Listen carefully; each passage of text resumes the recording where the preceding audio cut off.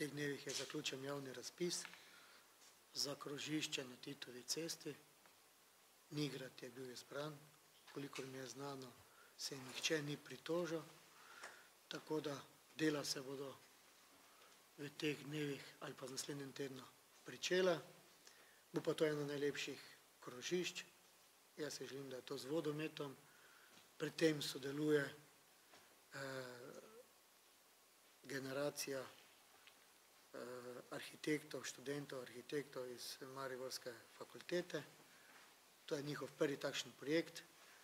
Danes imamo na mestni občini Maribor pregled vseh 20 ali 30 teh natečajev, da se odločimo in pregledamo, katera je tista optimalna varianta, ki bi bila najprimernejša za to lokacijo.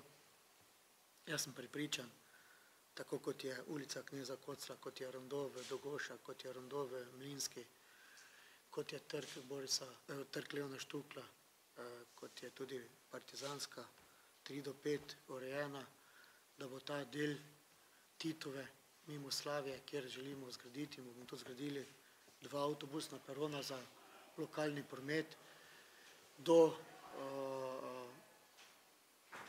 tega krožišča tu v Prešernovi, da bo to v letošnjem letu realizirano v grobem, saj moramo dela zaključiti.